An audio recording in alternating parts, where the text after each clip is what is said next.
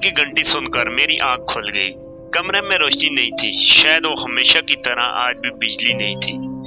कमरे में खिड़की के जरिए चांद की चांदनी दाखिल हो रही थी, जिसकी वजह से मैं अपना फोन तलाश कर सका। फोन मैंने जल्दी से कान के साथ लगाया। हेलो, अस्सलाम वालेकुम। बचाओ बचाओ, मुझे बचाओ, खुदा के लिए मेरी मदद करो। जी कौन? रात के इस टाइम तुम कौन हो? मुझे तंग करने वाले? मैं हूँ तुम्हारा दोस्त अकबर। हाँ अकबर, क्या बात है, क्यों रो रहे हो? यार वो मुझे मार देगी, मेरा खून पी जाएगी। वो मेरी तरफ आ रही है। कौन कौन तुमको मार देगी? हेलो हेलो अकबर, लेकिन कोई जवाब न आया। मैंने खुद अकबर का नंबर डायल किया, लेकिन दूसरी तरफ से कोई जवाब मसूल नहीं हो रहा था। मैं अचानक इसकी बातों से परेशान हो गया था। अकबर की नई नई शादी हुई थी, वो मेरे साथ बैंक में काम करता था। हम बहुत अच्छे दोस्त थे। मेरा नाम सफीर हुसैन है और मेरी शादी नहीं हुई अभी तक, और जात फितरत का मालिक हूँ। मैंने अलमारी से अपना रिवाल्वर निकाला और अकबर की घर की तरफ चल दिया। अकबर का घर कम आबादी वाले इलाके में था। घर के पास से एक नहर गुजर रही थी और इसके आर पार एक कब्रिस्तान था।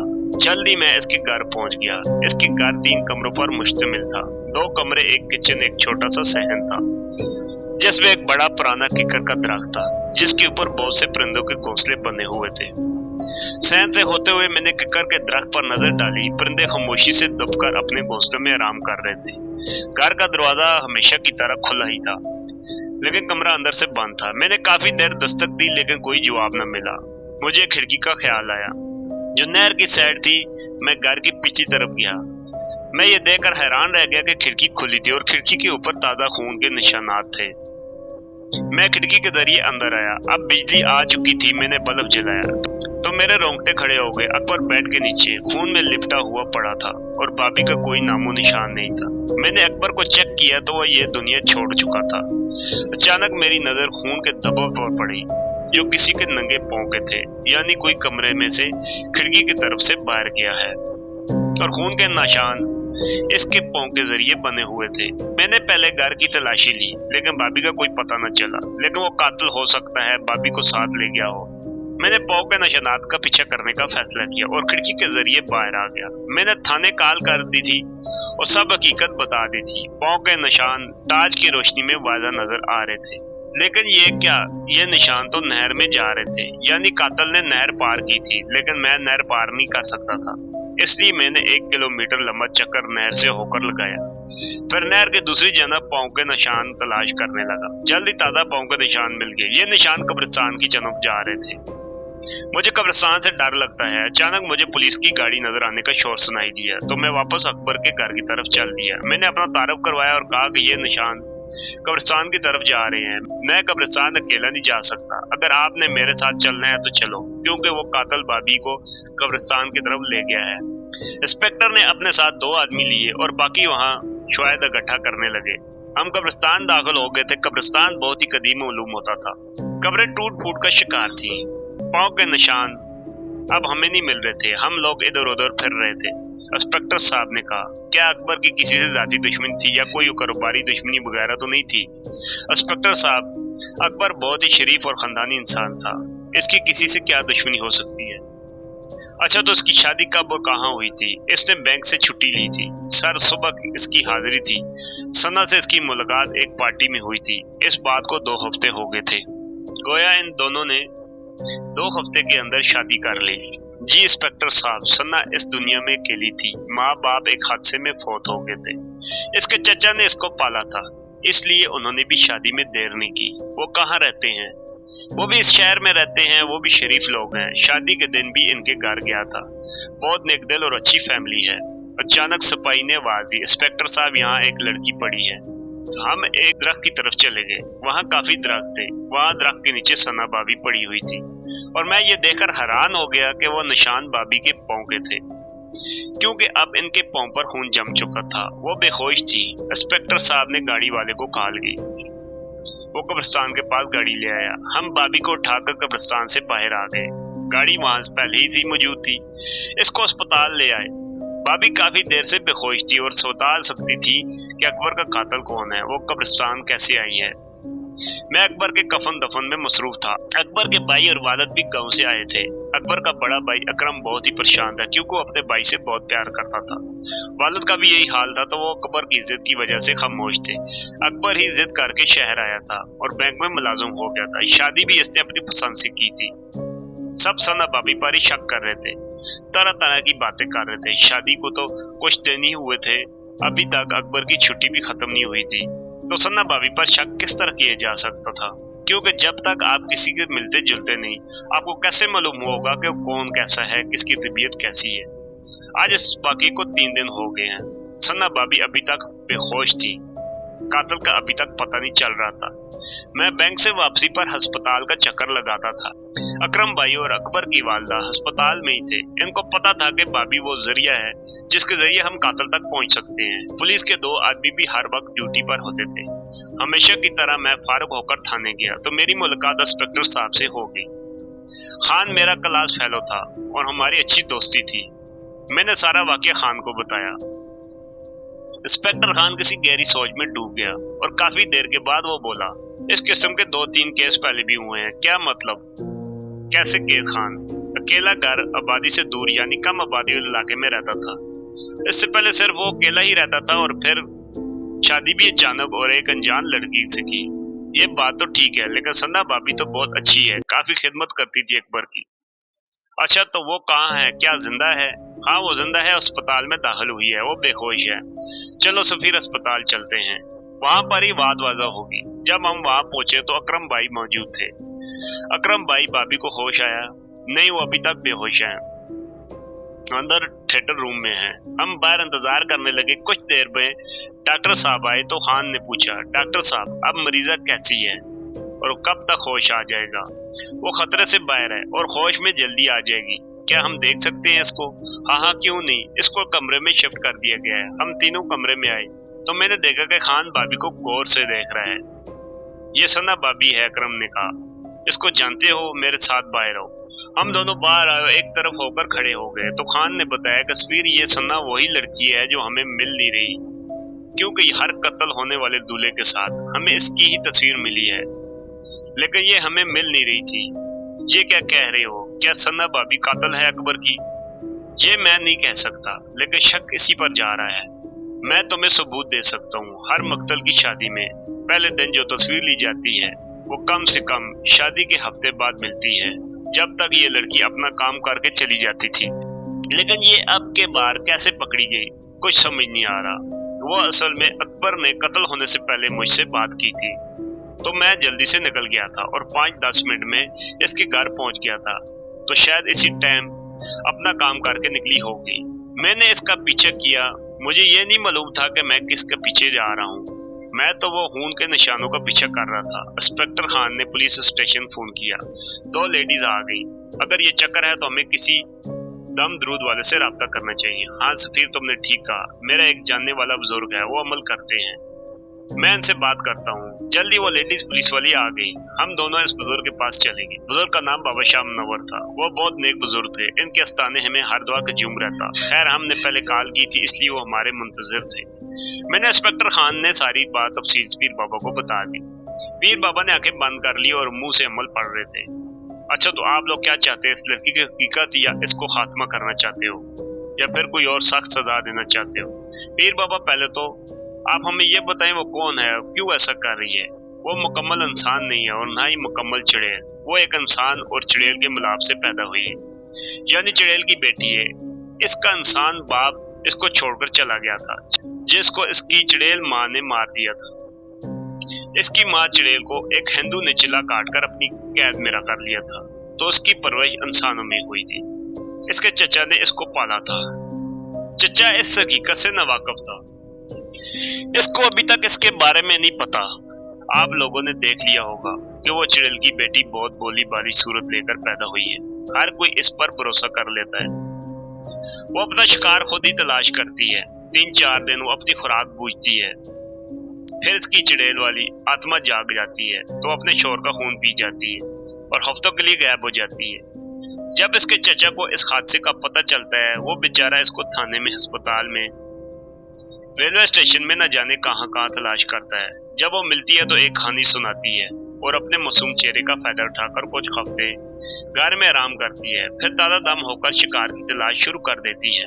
लेकिन पीर बाबा इस बार वो कैसे पकड़ी गई और अब तक बेहोश क्यों है? मैंने पहले ही बताया था कि वो चुड़ैल की बेटी है, लेकिन इसके अंदर इंसान का भी खून है, इसलिए वो कमजोर और थकावट का भी एहसास करती है। इस रात जब वो अपना शिकार करके कब्रिस्तान जा रही थी तो उसे नहर भी पार करना बड़ी मुश्किल थी। इसको मालूम हो गया था कोई इसका पीछा कर रहा है, इसी जल्दी में वो इसी दरख्त से टकरा गई और बेहोश होगी। अब हमें क्या करना चाहिए? आप इसके साथ क्या करना चाहते हो? इसको जिंदा रख कर सजा देना चाहते हो या इसको खत्म करना चाहते हो? क्या पीर बाबा इस पर गोली असर कर सकती है? हाँ करेगी, लेकिन जरूरी नहीं कि इसकी मौत गोली से ही वाक़या हो। इसको मारने के लिए इसी कब्रिस्तान में 3 दिन चिल्ला काटना पड़ेगा, जिसके बाद इस चुड़ैल की बेटी में चुड़ैल वाली ताकत आ जाएगी। इसके बाद आप जो सजा देना चाहो वो इसको सजा से तकलीफ उठाएगी। वो आइंदा हो सकता है कि वो ये बुरे काम ना करे, हमेशा गली छोड़ दे। अब चिल्ले के लिए कोई आदमी तलाश करो। मैं तो पहले 1 साल वाला चिल्ला काट रहा हूँ जो आधी रात का है, तो पहले रात किसी पुरानी कब्र पर बैठकर करना होगा। मैं तैयार हूँ। इसने मेरे दोस्त को मारा है और न जाने कितने लोगों का शिकार बनाया है। ठीक है सफीर बेटा, ये लो सत्तू के दाने, किसी पुरानी कब्र पर बैठकर इन दानों पर चिल्ला काटना है और खसार से बाहर नहीं आना। कुछ भी हो जाए, चाहे मेरी आवाज आ जाए या मैं खुद आ जाऊं या तुम्हारा दोस्त अकबर भी आ जाए, तुमने किसी की बात पर अमल नहीं करना। बस मेरा बताया हुआ अमल करते रहना और दिन में किसी से कोई सूरत में बात नहीं करना और बैंक से छुट्टी ले लो। मैंने पीर बाबा की बात मान ली, लेकिन मेरा दिल तस्लीम नहीं कर रहा था कि भाभी एक बेरहम कातिल हो सकती है और वो एक चुड़ैल की बेटी है। रात का वक्त था। फोन की घंटी सुनकर मेरी आंखें खुल गई तो ये इत्तला मिली कि भाभी अस्पताल से फरार होने में कामयाब हो गई है। इस बारे में कुछ और मालूम न हुआ।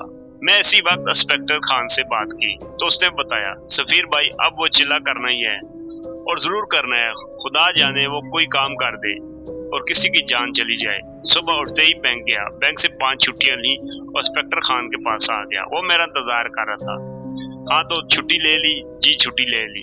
तो हम सन्ना भाभी के चचा के घर चलते हैं।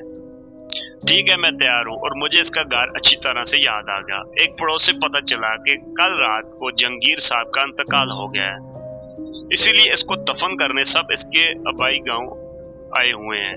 क्या सन्ना भाभी भी इनके साथ है? ज़ाहिर बात है, सन्ना भाभी चचा से बहुत प्यार करती थी, इन्हें तो जाना ही चाहिए था। और इनका गांव कहाँ है? इंस्पेक्टर खान ने पूछा।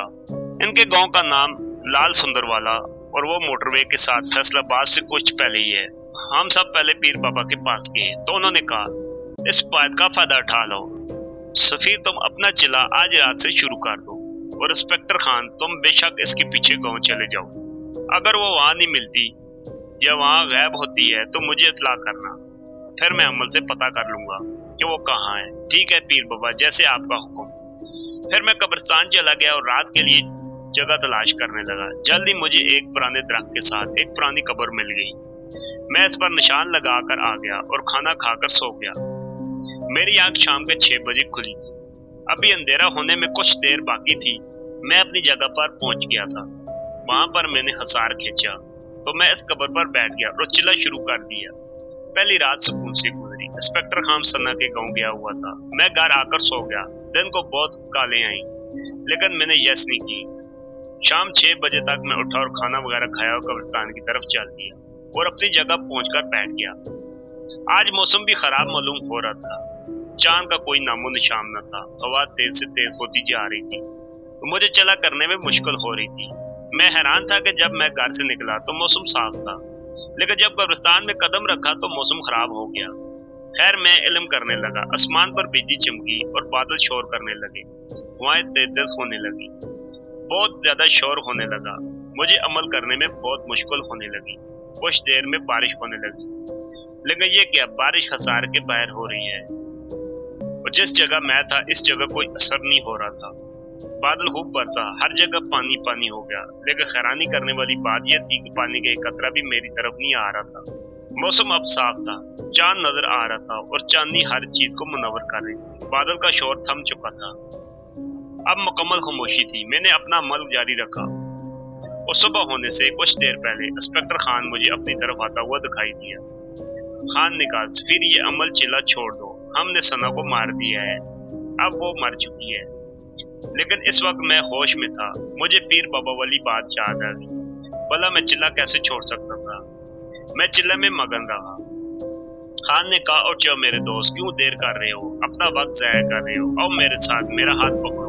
खान ने मेरी तरफ हाथ बढ़ाया तो इसके मुंह से चीख निकल गई, वो गायब हो गया। मैंने खुदा का शुक्र अदा किया कि मैंने कोई गलत कदम नहीं उठाया। सुबह हुई तो मैं घर लौट आया और खाना खाकर सो गया। शाम को अपने टाइम पर उठा। आज सख्त इम्तिहान होने वाला था और मैं इसके लिए तैयार था। मैंने आज मगरिब की नमाज कब्रिस्तान के पास अदा की थी, जबकि मैं पहले घर में अदा करता था। चिल्ला मैंने अपने टाइम से शुरू कर दिया था। वो तकरीबन आधी रात का वक्त था। मुझे दूर से किसी के कदमों की आहट सुनाई थी। एक सफेद साया मेरी तरफ आ रहा था। करीब आया तो मैंने देखा वो सना ही है। उन्होंने बहुत ही मासूम सूरत बनाई हुई थी। वो मुझसे माफी मांगने लगे, सफीर भाई मुझे माफ कर दो, मैं जीना चाहती हूँ, मेरा वादा है मैं आइंदा किसी को कोई नुकसान नहीं पहुंचाऊंगी। काफी देर खड़ी रही, फिर खामोश और मायूस होकर चली गई। फिर पीर बाबा मेरे सामने आए और उन्होंने कहा, बेटा इसे माफ कर दो, वो तुमसे माफी मांग रही है, इसकी ये सजा बहुत है कि सबके सामने इसका चेहरा बेनकाब हो गया है। मैं पीर बाबा की बात करने ही वाला था कि मेरे कानों में आवाज आई, ये सब नजर का धोखा है, ये मैं नहीं हूं, तुम अपना अमल जारी रखो। फिर वो पीर बाबा भी वहां से चले गए। मैं इसी चक्कर में था कि ये चिल्ला किसी तरह पूरा हो। सुबह होने से पहले कब्रिस्तान एक शोर से जाग उठा। कब्रों से मुर्दे निकलने लगे, दरख्त टूटने लगे, परिंदे बेचैन होकर हवा में उड़ रहे थे। जिस कब्र पर मैं बैठा था वो भी मुसलसल तड़प रही थी और मुझे अपना अमल करने में मुश्किल हो रही थी। फिर मैंने देखा सना भाभी के साथ कुछ और लोग भी मेरी तरफ आ रहे थे, जिनमें मेरा मरहूम दोस्त अकबर भी था। उन्होंने मुझसे कहा, हमने सना को माफ कर दी है, अब तुम भी इसको माफ कर दो। मैंने इनकी एक ना सुनी तो वो तैश में आ गए और मुझ पर कब्रों पर से पत्थर उठा उठा कर मारने लगे, लेकिन कोई भी पत्थर मुझे न लगा। सब करीब जाकर गिरते रहे। कुछ देर यह अमल जारी रहा, फिर सब मुर्दे मेरी तरफ आने लगे। वो पुरानी कब्र भी मुझे परेशान कर रही थी, जिस पर से किसी बुढ़िया की आवाज आ रही थी। मैंने आंखें बंद कर दी और अमल जारी रखा। अचानक शोर खत्म हो गया। मैंने आंखें खोली तो सना चुड़ैल की बेटी बेहोश पड़ी थी। दूर से मुझे इंस्पेक्टर खान आता हुआ दिखाई दिया। अब सुबह हो चुकी थी। इंस्पेक्टर खान ने बेहोश सना पर फायर किया और उसे हमेशा की नींद सुला दिया। मैं हसार से बाहर निकला। हमने सना की लाश को ताबूत में बंद करके बिना इजाज़त के ही दफन कर दिया, क्योंकि वो ना मुसलमान थी ना पूरी तरह से इंसान थी। वो तो चुड़ैल की बच्ची थी। मुझे आज भी अकबर की याद आती है। इस वाक़े को 10 साल बीत गए हैं।